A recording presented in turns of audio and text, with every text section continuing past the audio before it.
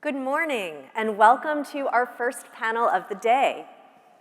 All too often, discussions of our early history go straight from the Revolution to the Constitution, skipping the Articles of Confederation entirely. But part of understanding who we are as a country is understanding what we tried and rejected, or preserved. The Constitution was written in part to fix the Articles' mistakes. I'm really excited for this panel as our chance to understand the Articles themselves, and it's going to help set the stage for the rest of the day's discussion about the Articles' long shadow. I'm Alicia Bannon, the director of the Brennan Center's Judiciary Program and its Kohlberg Center on the Supreme Court. And we couldn't have a better group here today to discuss the Articles and their legacy. Please join me in welcoming our panelists. We have Aditya Bamzai, the Martin Lubin Karsh and Bruce A. Karsh Bicentennial Professor of Law at the University of Virginia School of Law, right at the very end. Farah Peterson, Professor of Law at the University of Chicago Law School, right in the middle. Johan Neem, next to Professor Peterson, the Professor of History at Western Washington University. And right next to me, Jack Rakove, co-professor of History and American Studies and Professor of Political Science Emeritus at Stanford University. Thank you all so much for joining us here today.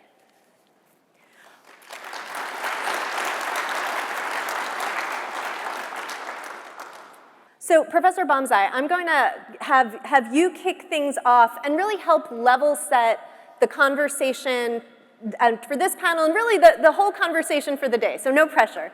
Can you lay out for us what were the Articles of Confederation? How did they structure the national government and the relationship between the states? Well, thanks so much, Alicia, for the introduction. Thanks to the event organizers for including me and for all of you for being here. It's truly an honor to be on this panel with Professor Rakove, who's one of the great historians of the founding era, with my old colleague, Professor Peterson, and to make the acquaintance of Professor Neem. So as Alicia just mentioned, she's asked me to set the stage with some foundational information on the Articles. So this is my attempt to do that with the very basics. The Articles, officially the Articles of Confederation and Perpetual Union. First, it is useful to start the discussion on a legal topic with a motivating question. And I understand, just based on standing in line, that John Kowal did a little bit of this in his introductory remarks, but let me set the stage again. Why study the Articles of Confederation? After all, they are no longer in effect. But that simple response tends to minimize the significance of the Articles. As we all know, the Constitution of the United States is in effect, and the Constitution was ratified and adopted in the late 1780s, in large part due to the perception among many that the Articles were defective. And as we know, questions about the meaning of the Constitution are much debated today. So studying and discussing the Articles gives us a window into what the Constitution might be understood to mean. Second, the basics of the Articles adoption. As you no doubt know, the Declaration of Independence was adopted by the Continental Congress on July the 4th, 1776, almost 249 years ago to the day. The Articles were debated almost immediately after the Declaration, finalized by the Second Continental Congress almost a year later, but did not come into force until 1781 in the midst of the American Revolution, after they were ratified by all 13 of the colonies.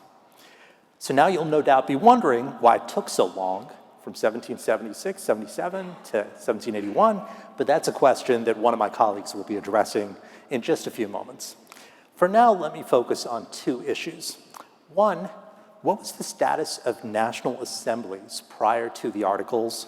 And two, what did the Articles hope to achieve? Specifically, how did they structure the national government and its relationship with the states?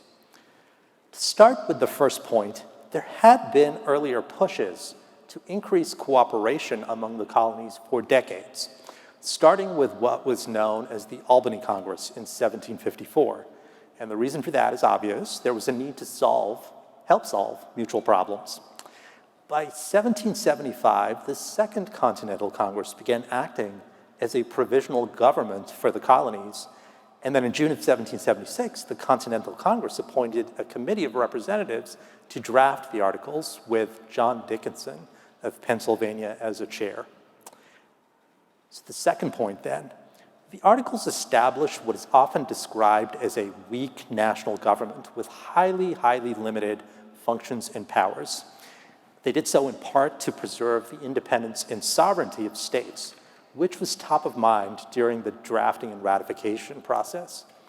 In fact, the final draft of the Articles made clear that each state retained its own sovereignty.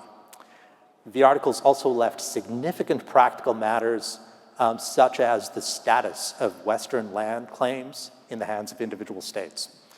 And the Articles did not allow Congress to tax directly, but rather required it to ask states for funding, which was a hugely important matter to which I will return later on in the panel.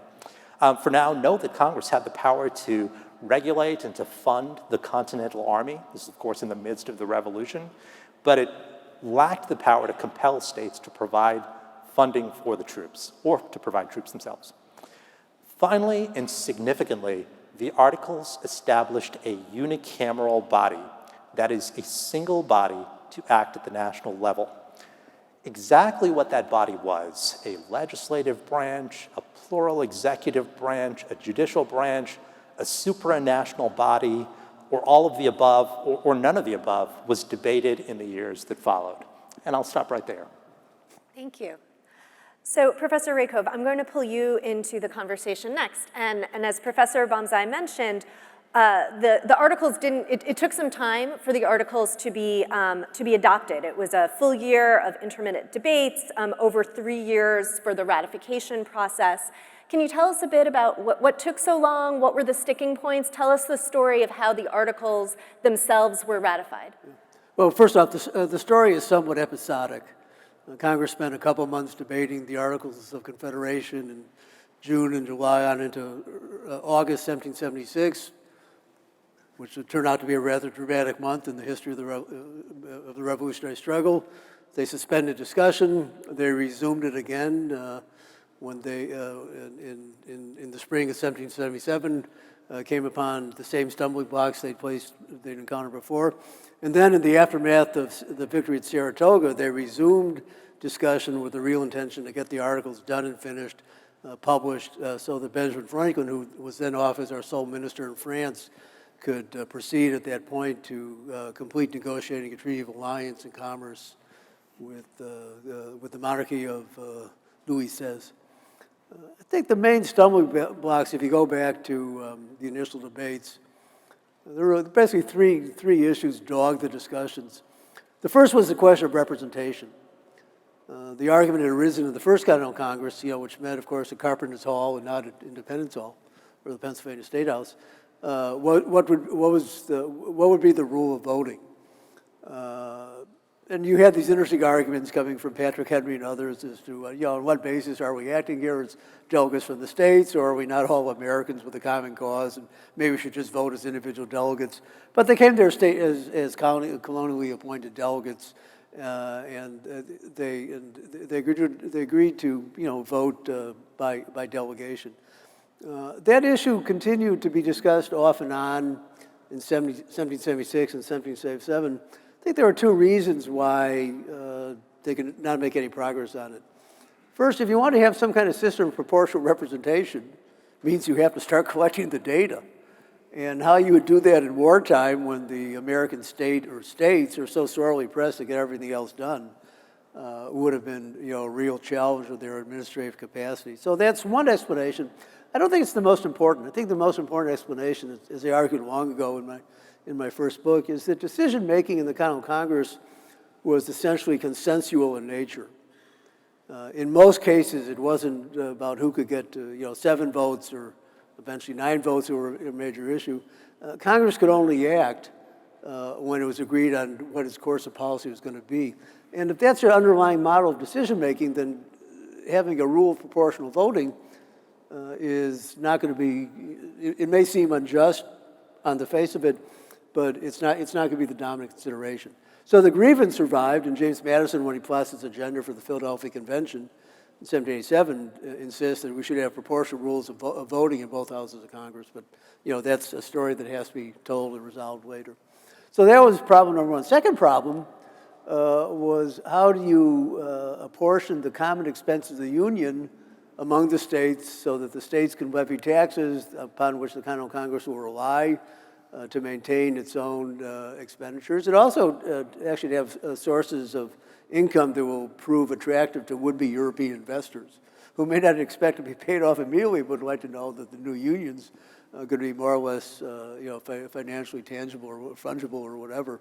And so here you have disagreement over what's the appropriate basis in terms of schemes of taxation for allocating the common expenses. You can make arguments about the value of land. You make arguments about do it on the basis of property. There's a common motif in this period that perhaps population is itself the best index to wealth. So if we just count bodies, we'll get a good algorithm or whatever for allocating the expenses. But that doesn't get very far, and in the end, Congress bogs down on this. The New Jersey, I suppose since I'm in Philly, I should say the New Jersey delegates kind of come up with, they wind up in a sense being the swing vote, and they come up with a complicated and wholly impractical scheme that the allocation of expenses should be based on the value of assessed property, primarily land values throughout the counties. Again, another scheme which might have some appeal in theory. It's going to be highly impractical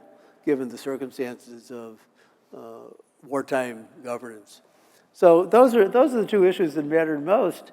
But the one that was really decisive that explains why does it take so long, why does it take into the winter of 1781 to get the Articles ratified is the whole question of Western lands. Mm-hmm. It's a small group of primarily landless states, primarily, again, New Jersey, Delaware, and critically Maryland. Pennsylvania, in a sense, is a landless state because its western boundaries are fixed, but it has enough land, it's not going to worry. So those three states held out on ratifying the Articles. I should have added that when Franklin gets the victory at Saratoga behind him, the French conclude a treaty with us very quickly.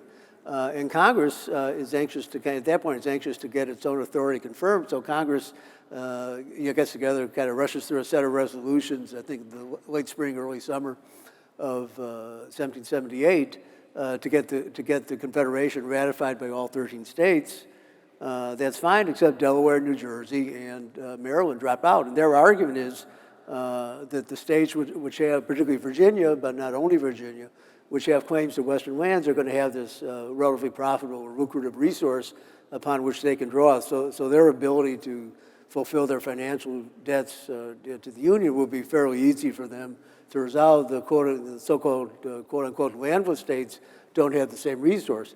The other thing that's tied in here is that there are land speculators at work who are trying to validate their claims to Western lands, which essentially means the old Northwest Territory west of Pennsylvania, north of the Ohio River. It's primarily Virginia's grant. So Maryland holds out into the winter of 1781. Eventually the French put some pressure on them because the British are rampaging through the South at this point, and it's kind of a hell or high water moment to finish them. And I think the key point you made is that by the time the Articles were ratified, schemes for amendment were already afoot. There's the first impost had already went out to the states in, I think, February 1781, some weeks before the Articles finally took effect. And Alexander Hamilton, I think particularly a number of figures in the Army already realizing that the Articles as drafted are wholly inadequate to the needs of the Union. We have to start thinking in bolder terms about a true national government. But then amendments required unanimous.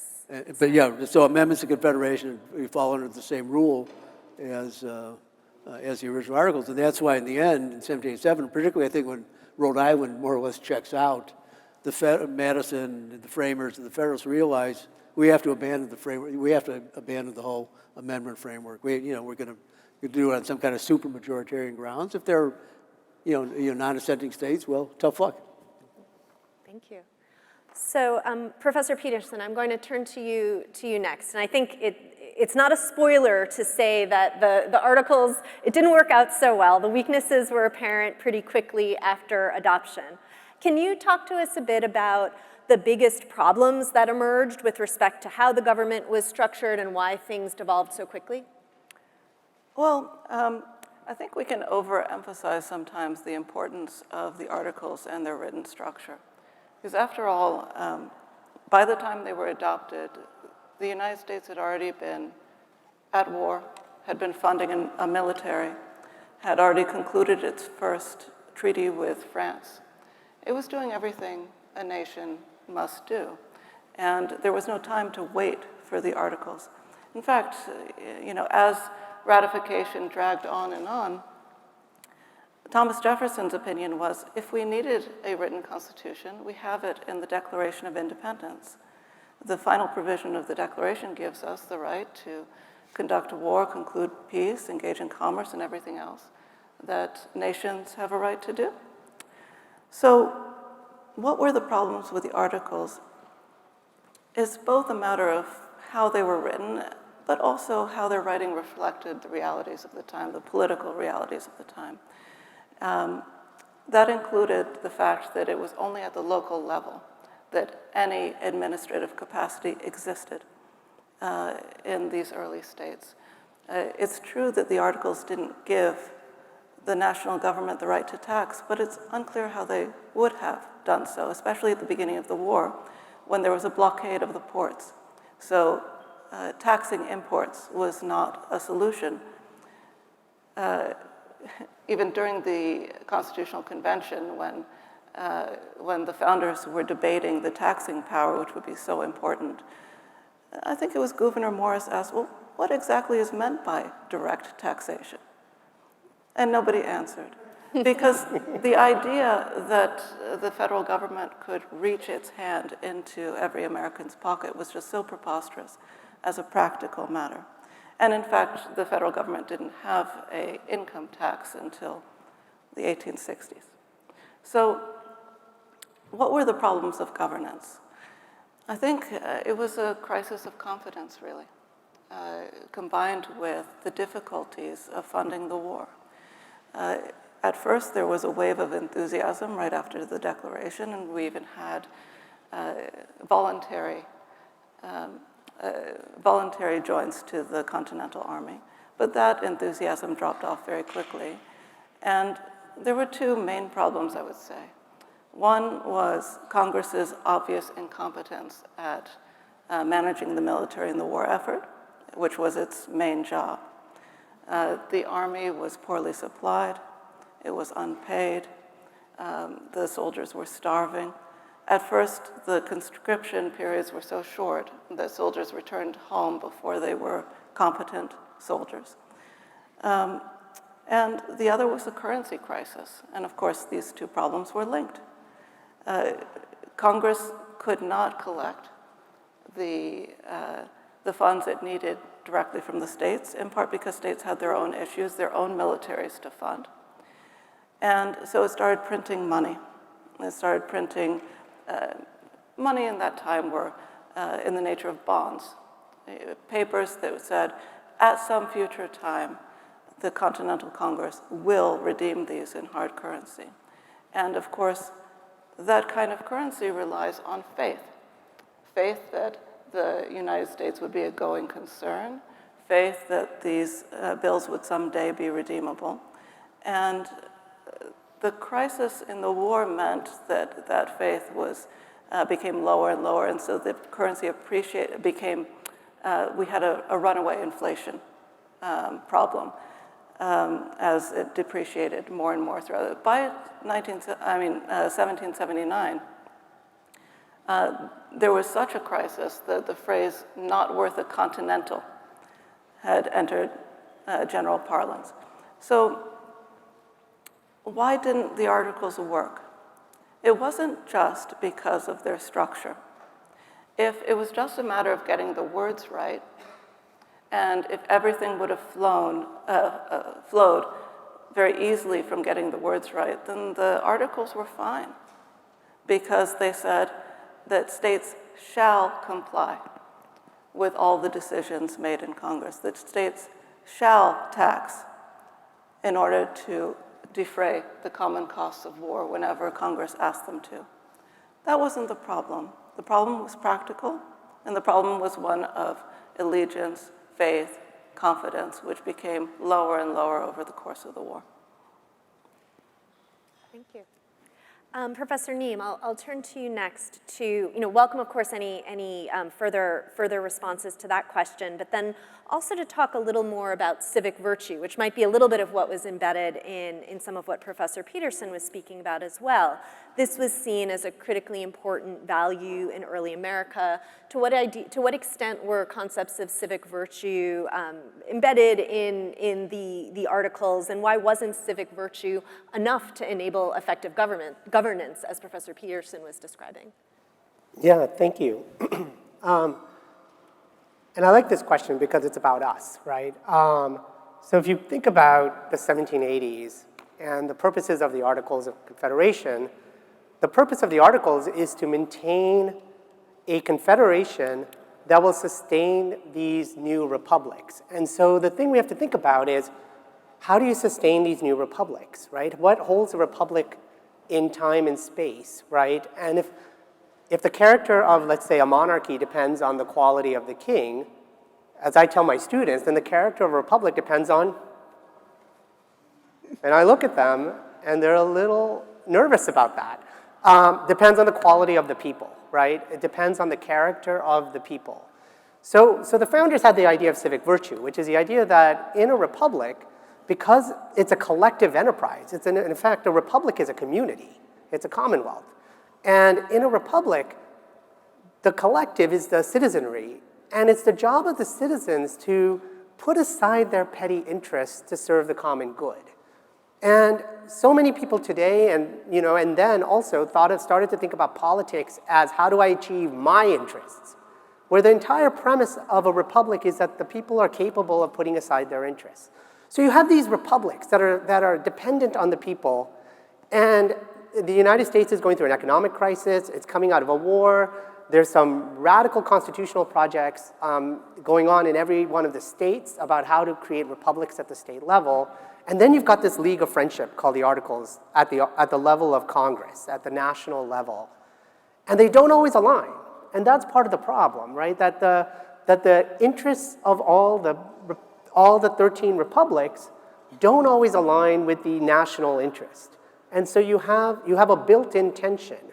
I think, the framers of the Articles probably thought, well, the republic, the citizens will know that the needs of the nation are paramount because that's the only way to secure the republics against threats, foreign and domestic, right? That people will have to care for the welfare of the nation. But in fact, that wasn't working out. And so Madison does a study of all confederacies he can think about, ancient and modern, and he comes to the conclusion that confederacies tend to, if they're not well designed, they tend to fall apart, that there's always some fatal flaw. He calls them the vices of various confederations. But Madison loses faith, to build on this idea of faith. He loses confidence that the people themselves can get there, that the people of these 13 republics, without some national correction, will be able to see that common good. And he's sitting there in Congress, seeing the United States government go broke, seeing military threats on all sides in the West, in the Atlantic, in the Caribbean, and he's seeing that Congress won't survive. And if Congress fails, the United States fails, the revolution fails. And if Congress fails, that means these 13 republics that are fragile will fail. So that's Madison's perspective. But the citizens often, at the state level, aren't always convinced by that. So Madison is looking for a solution that will sort of align the interests of citizens with the interests of the nation as a whole. Thank you. And just to pick up on what both of you were saying, I think there's a really interesting thread that I just want to pull on about this question of to what extent were the challenges with the Articles about structural defects versus other things, either challenges, just bad governance, or limits in terms of state capacity that had nothing to do with the Articles, but were just the fact that there was a war, there were lots of limits on the ability for an effective national government. And so I guess I would just welcome responses from the rest. If you were to identify were there fatal flaws with respect to the Articles of Confederation? Was there something where structurally that really, there was no version without fixing that structural defect that things could have worked? Or not? Was it really more a story of other governance challenges that were really affecting the ability for the Articles to be effective? If anybody would like to, please. So what Jack said before, that it was, that the Articles set up governance based on consensus, was a real problem.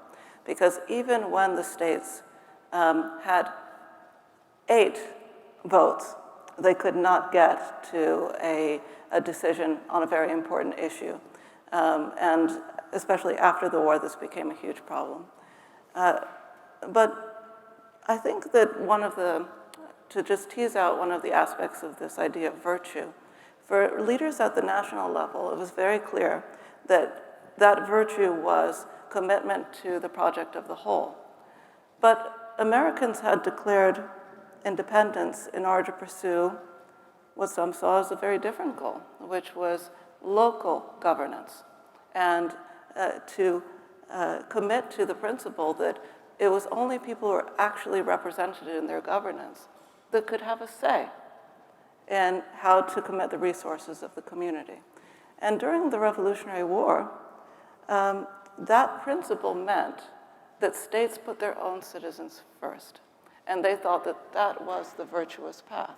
So if they would have had to take funds and provisions away from their own militia in order to fund the Continental Army, that was a losing proposition. If they had to demand that their own citizens allow officers of the Continental Army to quarter in their homes without due process, that was a problem for them, because they had committed to this project, becoming traitors to the only government they'd ever known, for real principles, and those principles meant republicanism at the local level, not commitment to a distant authority that demanded things that were difficult or impossible for the local public to provide without dramatic sacrifice. Jack. I think I'd build a little bit on what's just been said. To me, the dominant, well, first off, I'll say, in a certain sense, I think of myself as a Madisonian in terms of not only what I study, but increasingly how I think. And I think Madison's dominant analysis of what he called the vices of the political system of the United States pivots on several points, but from the perspective of the Articles, it pivots on the key point he makes in the 7th of 11 items, which discusses the want of a sanction of coercion in the Continental Congress, meaning Congress has no authority to coerce or compel the states to perform their duty.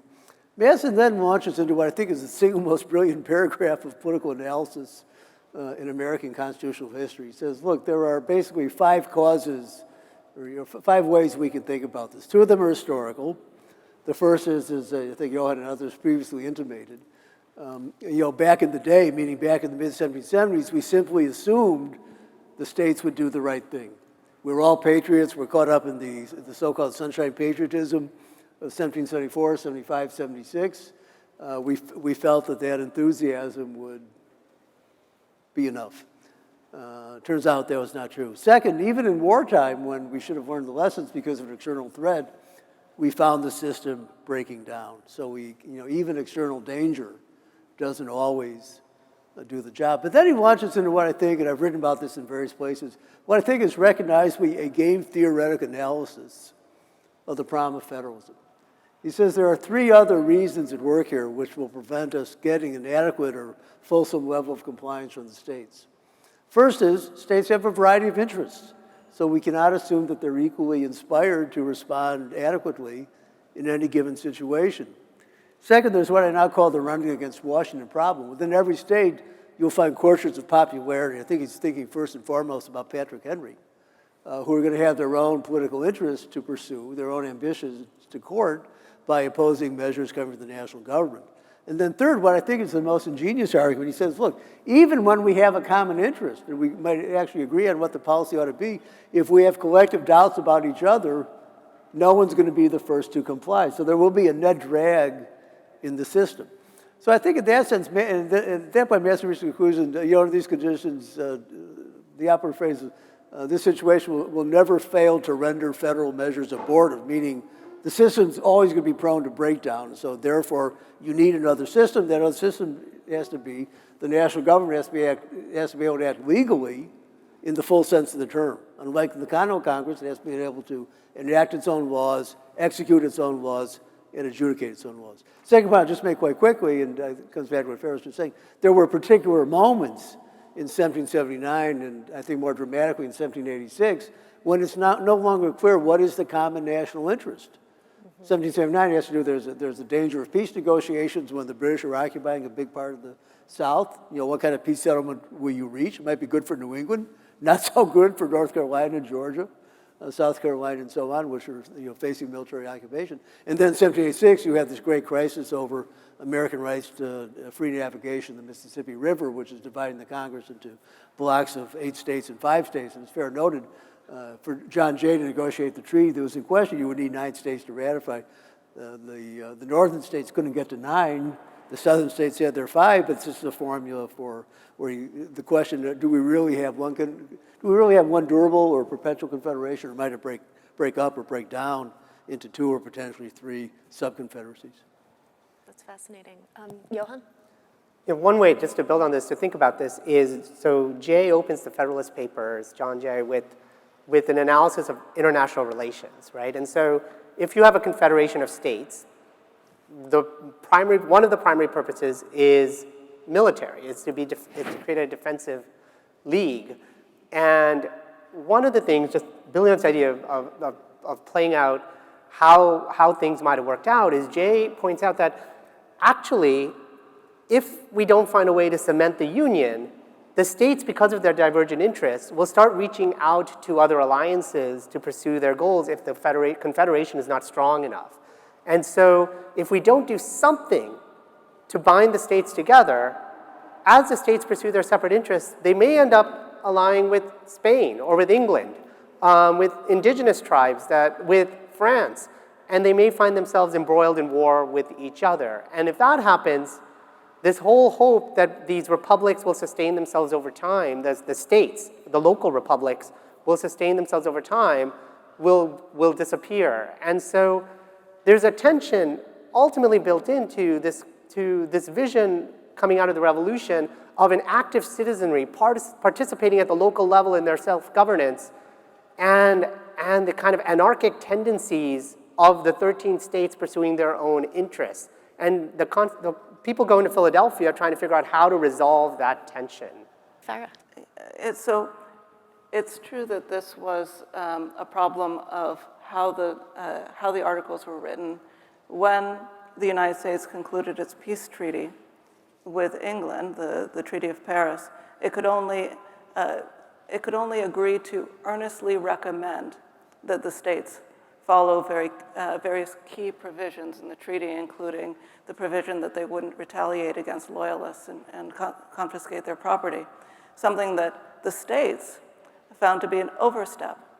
And so immediately after the treaty was passed, and in part in reaction to the treaty, 6 states passed laws confiscating loyalist property out of pique that the national government would presume to regulate something so internal. So that was a structural issue. But how to fix it was a real problem. Madison's favorite solution would have been a prior veto power in the national government of all state laws before they went into effect. And he lost that vote in the convention. Washington initially thought there must be a power to force them by military means to comply with the national government. But eventually, Madison convinced the convention that this was impractical, that it would risk a constant state of civil war. And so what they were doing in the convention was trying to construct a structure that would motivate the various players in the system to act in ways that were mutually reinforcing instead of divisive. This is a a broader application of the principle that Madison mentioned in Federalist 51. They need to make ambition counteract ambition. How did they do that? It's not just, again, it wasn't just getting the words right, whereas they got them wrong in the first place. It was about constructing different levels of government, different forums for the resolution of governance issues that would behave in ways that were more conducive to national strength than division. Thank you. So we've already started talking about some of the different controversies, crises, challenges that we saw during the period of the Articles. Professor Bamzai, I'm going to pull you in now to talk about another one of these, which was the impost controversy, the call to give Congress power to levy a tariff on foreign imports. Can you tell us a bit about that history? Absolutely. And in fact, as my co-panelists were talking, I was reflecting on the very deep question that Farah kicked off and then Jack and Johan weighed in on, which is how much of the breakdown of the Articles of Confederation is dependent or is the result of character? How much of it is character and how much of it is words? The text, how much did the text get things wrong versus were the American citizenry the issue? And I think these questions are maybe not related to one another, and they're reinforcing in the sense that words can have an influence on people's characters. And one way to address that broader question is the very, very significant criticisms that were lodged against the Articles about the fact that the Continental Congress could not directly raise taxes for the national government. So the Articles had some language in them that preserved this robust conception of state sovereignty. In fact, they declared that each state retains its sovereignty, freedom, and independence in every power, jurisdiction, and right, which is now by this confederation expressly delegated to the United States. And then with respect to taxes in particular, the Articles said, and this is a quote, that they shall be laid and levied by the authority and direction of the legislatures of the several states within the time agreed upon by the United States in Congress assembled. So there's some language in there that sounds as though it's imagining and almost requiring states to levy taxes, but there's some language in there that suggests that, Congress might have to recommend to the states that they levy taxes. And in fact, then in 1781, during the Revolution, shortly after the Articles were adopted or around the same time, Congress requests that each state vest a power in Congress to levy a tariff of 5% on foreign imports. And the initial holdout, as Jack mentioned earlier on in the conversation, to this proposal was Rhode Island. And they rejected the recommendation through a letter from the Rhode Island Speaker. And the Speaker gives a number of reasons for why Congress should not get this authority. But an interesting one is that it would introduce into this and other states officers unknown and accountable to the states. And so it's against the Constitution of Rhode Island. So that is, again, picking up on this theme that occurs during the American Revolution, that there should be some sort of accountability that these officers have to the people. And the Speaker of Rhode Island is saying, who are these people who are going to come into our state from outside the state in order to raise taxes by this 5% tax on imports? Well, so that 1781 proposal doesn't work. And in 1783, Congress tries again, and they say, well, we'll have a duty of 5% on goods, and they accommodate Rhode Island's objection in a couple of ways. They say, we will allow the impost to expire in 25 years. And then second, they say, the states can appoint the tax collectors, and we will have the authority to remove them. So there's some sort of accountability mechanism that's being built into this new taxing regime. That doesn't quite work. And in 1786, Congress tries again, and it's New York that is the holdout at this point. And as you can imagine, New York, both as the state that it's the key to the whole national project working, because so much of foreign commerce is going through its ports. So in 1786, the state legislature in New York enacts an impost law that does grant Congress some authority with respect to duties on imports, but it vests in state officers the power to levy and collect the duties. So by implication, the tax collectors are responsible to the state, not to the national government. And Congress recognizes this measure as effectively a repudiation of its own request. It says to the New York governor, George Clinton at the time, hey, please convene a special session to reconsider the bill. And the special session also results in another rejection of this impost authority. So what you can see is that in 1787, there are these years of twists and turns, and ultimately they lead to New York's rejection of Congress's authority to implement this impost effectively. And that 1787 rejection is the death knell for the proposal. And James Madison, when he is then spelling out the flaws of the Articles of Confederation in 1787, he places this inability of Congress to raise taxes at the very top of the list. And he says New York's rejection was not just the death knell of the proposal, but the effective death knell of the Articles. In fact, Alexander Hamilton has some notes for speeches that he delivers at the Constitutional Convention.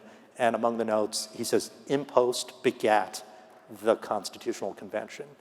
Begat, gave birth to. So I think that this whole controversy both gives a sense of how much of this was related to character of the people of New York, who perhaps wanted to control the duties that they could impose on foreign imports into ports of New York. And there was a faction within the state of New York that had an economic interest in controlling those duties. And it also related to the words that you can see in the Articles of Confederation. How much authority did they actually give the national government? Along with all of that, there were disputes within the New York State Legislature about whether the New York State Legislature could delegate to the federal government this additional authority. And those questions of delegation become front and center when the Constitutional Convention kicks off. Perhaps we'll return to that at some point, but I'll stop right there. No, thank you for that. Speaking to, and I do think it's fascinating just looking at, I read your article and how just this concept of how they were saying, well, we can't do this. Our state constitution says that we are barred from cooperating in that way, and just what a different mindset than in our contemporary, under the US Constitution, where obviously we have a supremacy clause. You're not going to have a state constitution barring cooperation with the federal government in that same way now. So I thought that was just a fascinating example of just the very different mindset that existed in the period of the Articles. We have a few more minutes before turning to Q&A, so I'd love to spend a little more time talking about some of the various crises in the lead up, and would also welcome anybody who'd like to weigh in on just what was top of mind with respect to the framers when they actually gathered in the Constitutional Convention. What were they worried about? What was the experience of governance or other crises that were most prompting, were prompting them to focus on the questions they focused on during the Constitutional Convention? So, maybe I'll pose that question to all of you, and Professor Peterson, when you answer, if you could also maybe talk a bit about Shays' Rebellion as I think one piece of the story of the lead up to the Constitutional Convention as well. So maybe I'll turn to you first. Okay. Well, so one thing you just said piqued my interest, which was obviously the Supremacy Clause means that under the new Constitution, states could not do the things that they did under the Articles, but that's just not the case.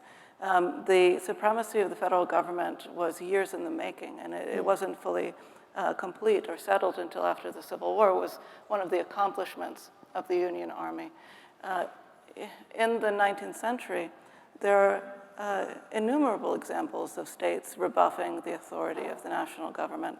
To think of two, in South Carolina, there were what they called Negro Seamen's Acts. That is, if free black sailors docked in Charleston or any other place on the coast of South Carolina, they were not allowed to wander freely. They had to be confined to jail until their ship re-embarked in order to protect South Carolina from the intellectual contagion that free black sailors might introduce.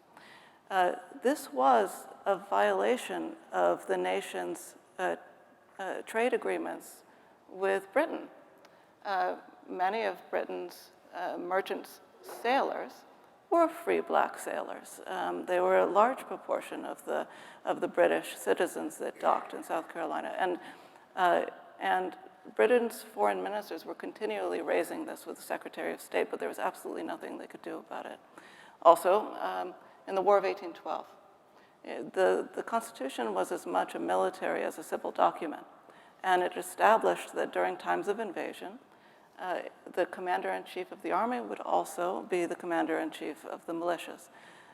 That is not how the New England governors decided to interpret those provisions. And because as a practical matter, they were in command of their own militias, they declined to participate in the invasion of Canada, which was one of the national government's primary military objectives.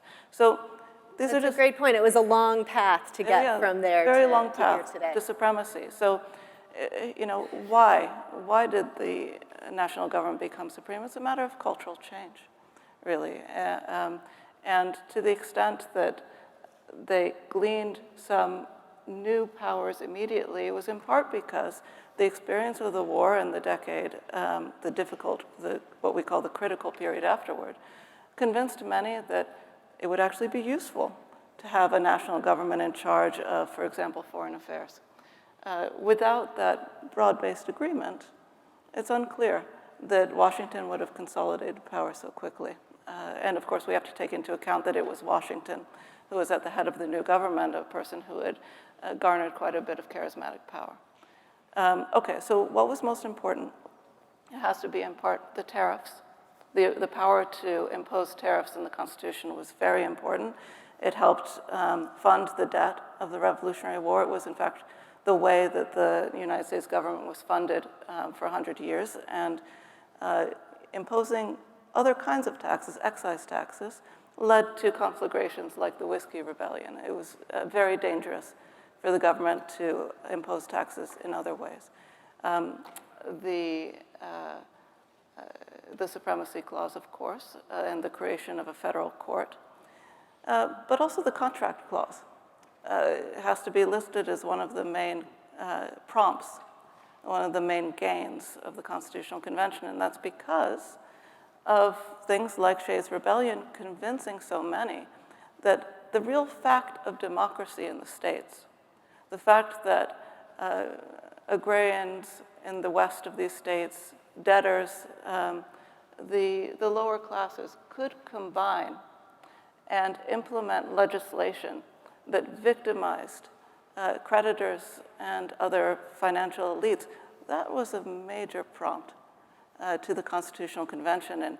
And at some points, convention delegates admitted to themselves that this was perhaps the most important thing they'd come together to establish. Great. Professor Rakoff. I want to back up on Farah's concept of supremacy. So the Supremacy Clause says, this Constitution, laws made in pursuance thereof, and treaties made under the authority of the United States shall be the supreme law of the land. Nothing in the Constitution, the laws of the states to the contrary, notwithstanding. I may have mangled the second half there, but that's roughly the gist of it. You have to ask the question, what makes the Supremacy Clause itself supreme law? And it's a bit of a trick question because one of the underlying puzzles of the Constitution is how, or really the constitutional history more generally is, how do you turn a Constitution into supreme law itself? What differentiates a Constitution from other forms of legal action? And there's a somewhat technical but also conceptually powerful argument which says the documents approved by a legislature or by a body acting in a legislative capacity are themselves only legislative in nature. And because one legislature cannot bind its successors, any constitutional decision made by a legislature will not itself be fully constitutional in the robust, complete sense of the term that we now use. So it is one of the great puzzles of late 17th from 1776 down to 1787, how do you make a constitution fully constitutional? How do you make it into the supreme law of the land? And the answer to this is it's worked out first in Massachusetts in a somewhat complicated and messy and protracted way, and then it's generalized more specifically in 1787, 1788. Unlike the Articles of Confederation and its amendments, you cannot submit the Constitution to the state legislatures. Their only role will be to arrange for the election of delegates to the so-called ratification conventions. The first of which met was, of course, the one that met up the street here in Pennsylvania in the fall of 1787. So those conventions, even though we could say this is a kind of a legal fiction, nevertheless, I mean, the conventions are representative of the people, well, so are the legislatures. But if you call them for a unique purpose, they can only act constitutionally and not legislatively. The nature of their action is therefore differentiable from ordinary legislation. So what makes the Supremacy Clause supreme is not only its language per se, but also the underlying foundation of the Constitution itself, which is to come up with a method of how do you distinguish the Constitution from other forms of legal action. More on what was top of mind with respect to the framers when we entered into the Constitutional Convention. Professor Bamzai? Yeah, so I've already talked about the impost controversy, and what's really interesting about that whole controversy is that there's both the economic angle, obviously the control of taxes is very important to the functioning of either the state or the national government, but there are also these legal points, which I think if we were to distill them, might amount to the following. It is, we already have our own Constitution, thank you very much. We have the New York Constitution, and we cannot violate our own Constitution by delegating this additional authority to the national government. And there are all kinds of intricacies in the claims people are making about the New York Constitution at the time. But we can set those aside and just think about the broader question of sovereignty. Where does sovereignty reside? Is it in the states, or is it in the national government? And that question, which is at stake in the impost controversy, it then plays itself out into the steps to the Constitutional Convention in 1786 and 1787. And so in the article that Alicia kindly referred to just a few moments ago, I have a little summary of, there's some letters exchanged by John Jay, who is at the time the Secretary of Foreign Affairs for the Confederation, and George Washington, who's out of office. And Jay's asking, well, are these state legislatures authorized either by themselves or by others to alter constitutions? Can they alter their own constitution? And he says, well, maybe the people who would hold commissions and go to the Constitutional Convention, by virtue of those commissions, they couldn't retrench on or extend the powers that are conveyed to them. So they'd be limited by their own internal constitutions. And there's a question at the time the Constitutional Convention is being planned, whether there could be alterations in the state governments or in the national government, and that would ultimately play itself out in New York through this series of resolutions when delegates are being selected to go to the Constitutional Convention, asking that the delegates not adopt any changes to the articles that are repugnant to or inconsistent with the Constitution of this state, New York. And somehow Alexander Hamilton is able to maneuver in the state legislature of New York and ensure that that resolution is not adopted. But in fact, there's a commission that is given to the various delegates to the Constitutional Convention. There are two, Abram Yates and John Lansing, and Alexander Hamilton is the third. And two of them, Yates and Lansing, they depart in the middle of the convention, and they say, well, we were given limited and well-defined powers by the state of New York, and we can't possibly go beyond that. We can't construe these powers that we were given in our commission to come up with a new constitution and abandon the Articles of Confederation.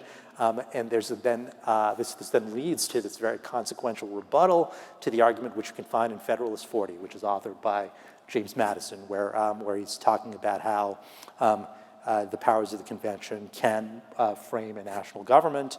And even in the last gasp, when you approach the ratifying convention in New York, there are various of the anti-federalists who say, well, instead of revising and altering the provisions of the Articles of Confederation, these folks in the Constitutional Convention, they've just come up with a new Constitution of the United States, and it violates our commissions that we gave to the various delegates. So I think that the really important taxing and economic issue plays out both on a political and policy-based trajectory, as well as this set of legal questions about what's the source of sovereignty writ large. President. Yeah, I guess just sort of pulling these pieces together, if you think about it, right, obviously, and this is somewhat trite, but it's really important, is what is on the people's minds as they're walking into the convention is how do we make the Union survive? How do we ensure the United States doesn't go belly up? And that is the fundamental question everyone's bringing. But then as you're sort of hearing this conversation, there's part of it that you've got a bunch of tinkerers, right? And they're like, okay, well, that's an easy fix. You give certain new powers to Congress under the Articles, and a lot of those powers end up in the Constitution. Supremacy in certain places, taxation authority, issues of Western lands, all these kinds of problems that the Confederation couldn't solve, let's resolve them by granting more powers to the Congress.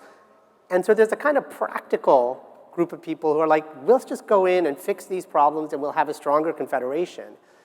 And in fact, I think to your point, when Madison sort of shows them what he has in mind, it opens a whole new window, right? Like this, and that window could be a source of fear and panic, like this is a threat to our sovereign republics, but it also is an act of imaginative creativity, because it's a moment where people start to see the possibility of another kind of way of organizing the people of the United States and putting them together. So you also have, so we can see the convention simultaneously as a kind of group of tinkerers who like put a bunch of powers, and the remnants of that is in the contract clauses, all these language specific terms that enter into the Constitution, but then this imaginative act that opens a window to rethinking the very nature of the United States.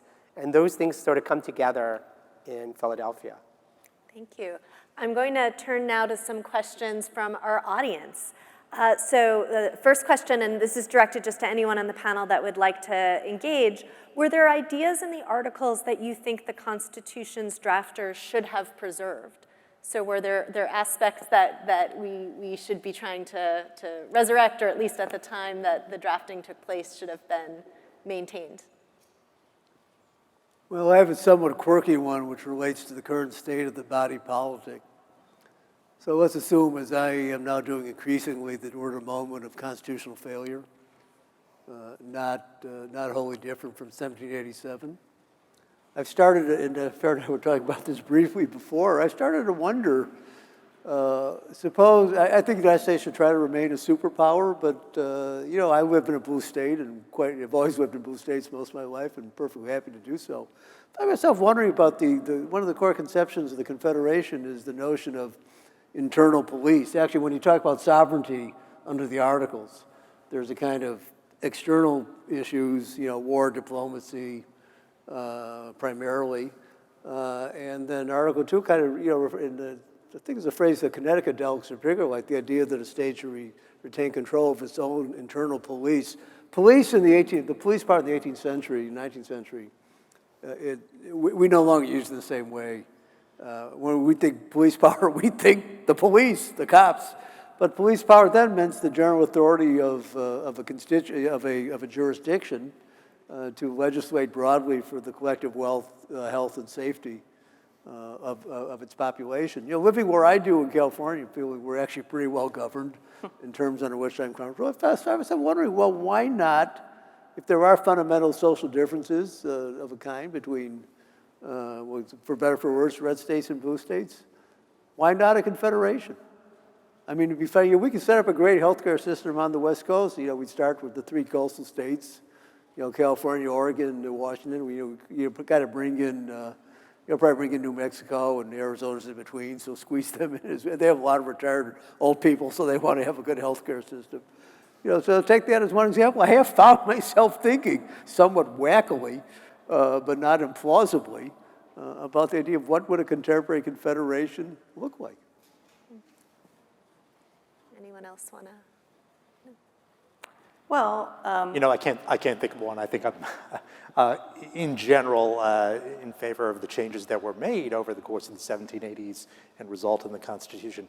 But there's just, I'll use it as a launching off point to one theme that we've not addressed in our remarks up to this point, and that is, as I mentioned early on, the Confederation, the Articles create this unicameral body, and it's just one body, and it does all the national business. Whereas the folks who write the Constitution, they split, as you well know, the federal government into three branches, the executive branch, the legislature, and the judiciary. And this then has various consequences for how we implement policy through the national government. So, But Aditya, it's critical to note, and we're easily confused about this, the Continental Congress was not a legislature. It operates with legislative procedures. When it has roll calls, it appoints committees, they present reports, and familiar modes of deliberation.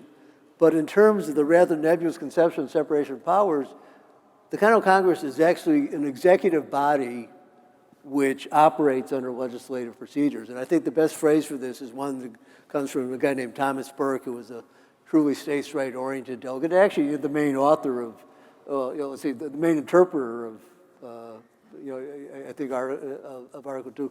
Burke calls Congress a deliberating executive assembly, which captures the essential ambiguity of the institution itself. It looks and sounds like a legislature in some ways, but its powers are actually quite different. Yes.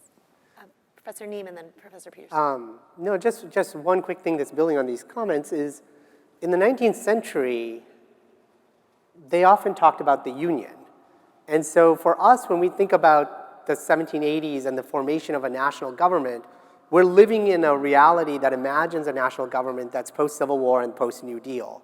So we're imagining a national government that, as we're seeing in the news today, has all these levers that determine the stability of almost every institution in the country, right, private or public. And because of its capacity to generate and distribute wealth through taxation, because of its immense police power, immense power over policies all across the Union, and so all across the United States. And a 19th century understanding would have been that this was a union, and you're fighting for a union so conceived that where there's a lot of local distinction and difference. And those local differences were handled at the local level. And they just imagined the United States very differently than we do today, living in a world that is so national. Now, just to be clear, some of the benefits of that national has been civil rights, right? That it's been the national government that's generally been interfering with local governance on behalf of civil rights, and regulation of businesses when they went national, right? When they could no longer be governed by local law. But at the same time, I think you're sort of asking us to sort of imagine are there different ways of imagining how the pieces fit together. And in the 19th century, they wouldn't have our understanding of what the nation looked like. They would have had this understanding of a union still. Professor Peterson. Right, so I was just thinking as Aditya was talking about this concept of the all-in-one deliberative executive assembly. And I mean, you could say that this is one of the problems of right now and part of our constitutional crisis is, to borrow a phrase from Madison, the executive is absorbing all powers into its impetuous vortex, right? Trying to usurp the powers of the judiciary, rule by executive order instead of delegating this kind of legislative authority to Congress, and that's the problem. And one of the gains of the new constitutional system was different forums that could be captured by different interests at different times and different procedures of decision making. It's through these overlapping, these redundancies in government that we maintain liberty, because it's just more difficult to establish despotic rule when there are different bodies that have to commit to and be involved in that rule. Anyway, I think that the thing that the Constitution got wrong was the Fugitive Slave Clause. This is not a problem for us today, obviously, but the Fugitive Slave Clause meant that the pre-Civil War United States was not half slave, half free, as Lincoln put it. It was, in some senses, all slave, because if a master or his agent has the right to pursue a slave into a free state, the lash and the chain goes with him. And I just wonder what the nation would have looked like in the antebellum period without that constraint. Turning to another question, were there different stakeholders involved in drafting the Articles versus the Constitution? And if so, did that inform the different approaches of those documents? As a stakeholders, I find that a hard concept to work in here. I mean, I think I suggested before, the interest that mattered most were the claims about Western lands. So I mean, those are stakeholders almost in a literal sense of the term, like let's survey the land and who owns it, or who has a plausible claim to it. You know, again, you go back to, I mean, I think the decision just made that Congress, the Continental Congress lacks legislative authority in the ordinary sense of the term. So I think stakeholding is defined in a certain sense, just think out loud on the subject, by the existing legal regime that affects one's daily or recurring actions, that all the authority that really matters devolves to the states. And, you know, I think these guys are, you know, to be honest, I think mostly they were trying to, let's go back to 1776, mostly they were trying to put together in the spring of 1776, a kind of platform of action that would prepare the emerging United States of America for an ongoing conflict. So that meant the states had to resume legal government and not get rid of the revolutionary apparat, which had operated since 74 or 1775. We had to draft Articles of Confederation in part to, you know, make palatable and comprehensible the authority of the Union, but also I think as a major part to attract interest from France. And the third committee appointed was the one that John Adams basically did to, you know, to come up with a plan of foreign treaties. So that was, you know, that's not stakeholding in the narrow sense. That's stakeholding in the sense when the Articles were drafted, what were the main policy objectives that had to be fulfilled. So we had to get legal government up and running in the states. We had to do something analogous, not legal in the robust sense of the term, but to make sure the Confederation actually has some kind of bona fide visible existence. And why do we have to do this? Well, we can't win this war without French support, and the French are not going to rally to our side if we don't demonstrate our own viability and sustainability, and if we don't, you know, and if we don't kind of provide a victory to give them the incentive, you know, to come in and assist us. Just briefly, I could say, like, there was just a whole new generation of people who then become involved in politics over the course of the 1780s. And so names that are familiar to us, people like James Madison and Alexander Hamilton, take on a larger role at the Constitutional Convention. And names like, say, John Dickinson, who I mentioned earlier on in the talk, or Thomas Burke, who Jack mentioned, or Roger Sherman. These are the towering figures of the early 1780s. So we end up with a group of individuals who had experience in national politics, and that's how, at least one reason perhaps, in the ways in which the Constitution and the folks who are there at the convention are different from the people who were there earlier in the decade. I think one more question.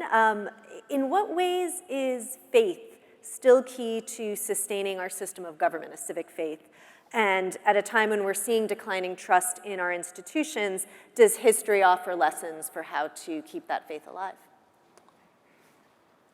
So the founding generation was, I think faith is the wrong word, because the one persistent theme of this generation is suspicion and hostility toward government officials, a feeling that power corrupts, And so it was important not only to establish frequent elections and rotations of men in the offices, but also constant vigilance in case what this generation considered the inevitable would happen, which is that people would try to accumulate more and more power. So it was not so much faith in the government or even in the Constitution to maintain the government. It was taking seriously the power and the responsibility of the people to maintain their own freedoms. That's what happened in the Revolutionary War, and that's what you see in the early Republic. Anyone else like to? Yes. I think that at a moment like the one we're in right now, faith does matter. I think we've lost faith, but we haven't just lost faith in our institutions, we've lost faith in each other. And I think it's right that part of what defines the 1780s, and in fact all of American history, is a suspicion of government. But what enables, the question is, what enables people to overcome that suspicion and work together? Because there's never been a moment in American history where the people have all agreed. There's never been a moment in American history where we haven't had the problem of pluralism. There's never been a moment of American history where we haven't had inequality. But there have been moments in American history where we've been able to overcome them. And today, part of it is we've lost a sense of ourselves as a people.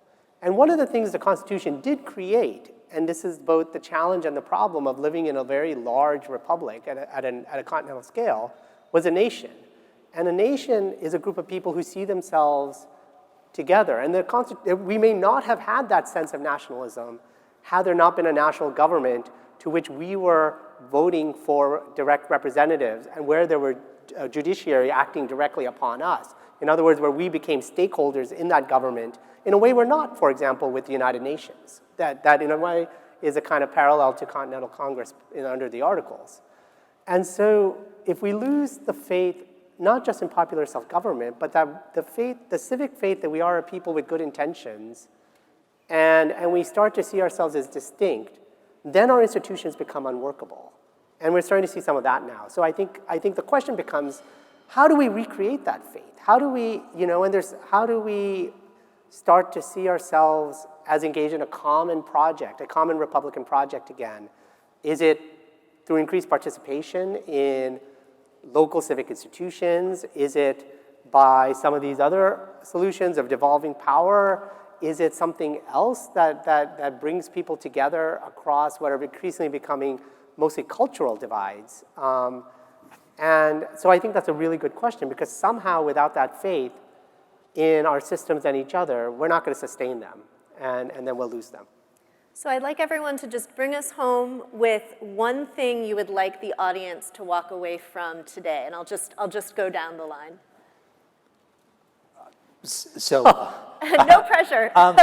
no, the one thing I would say, a lot of these problems I was reflecting on Johan's remarks just a moment ago, that you might perceive to be a part of American society today, they have their analogs in the past. And there are different ways in which people navigated them at that time, and people will navigate them, and I'm optimistic that we will do so in our time today.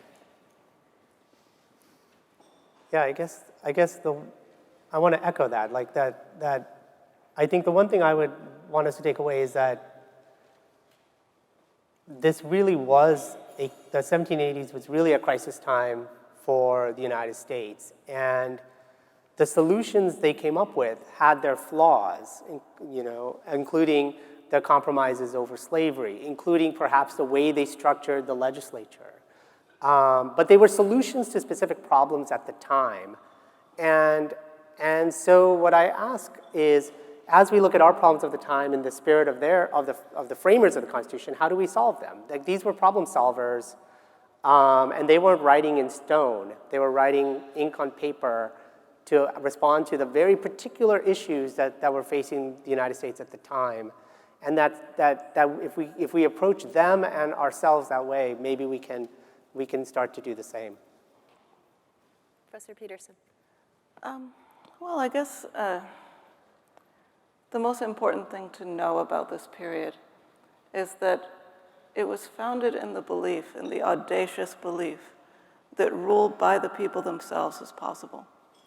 And the distinctions between the Articles of Confederation, the new Constitution, they're about how to best secure a rule by the people themselves, how to protect the people from irrational majorities while maintaining that popular authority, and where specifically the people's power could be momentarily lodged in government, where it would be least dangerous. That was the project. How can we allow the people to rule themselves? How can we rule ourselves? Which in a world of monarchs was really special. And it continues to be the theme of our government. We engaged in civil war over which people are part of that polity, or which values do the people support. And it is as important now as ever to make sure that rule by the people doesn't fade. Professor Raykov. Well, I've spent the last 55 years thinking about the origins of the American Republic, and I still find I have new questions to ask, and new problems to deal with, and new things to worry about, and I think a lot about what they got right and what they got wrong, starting with the equal vote in the Senate and the Electoral College, but that's a subject for another day.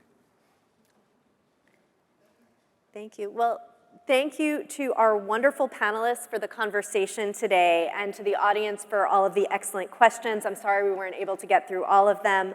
We're going to break now for lunch and then reconvene to hear a keynote address from Representative Jamie Raskin. So again, thank you to our wonderful panel.